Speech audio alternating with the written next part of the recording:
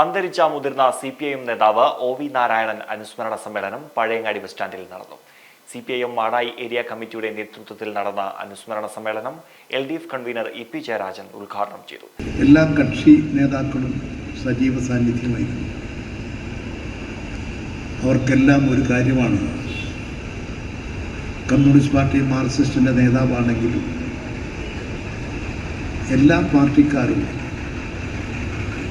വളരെയധികം സാഹോദര്യവും സൗഹൃദവും വെച്ചു പുലർത്തി ഉയർന്ന ഒരു മാർക്സിസ്റ്റ് ചിന്തകൻ, ഒരു കമ്മ്യൂണിസ്റ്റ് എന്നുള്ള നിലയിൽ ഉയർന്ന് ചിന്തിച്ച് പ്രവർത്തിച്ചിട്ടുള്ള ഒരു മാതൃകാ രാഷ്ട്രീയ പ്രവർത്തകനാണ്. സഖാവ് OVയുടെ നേതൃത്വം, അദ്ദേഹത്തിൻ്റെ ഉപദേശ നിർദ്ദേശങ്ങളും അനുഭവങ്ങളും ആ തെരഞ്ഞെടുപ്പ് പ്രവർത്തനത്തിൽ വളരെയധികം സഹായകരമായി.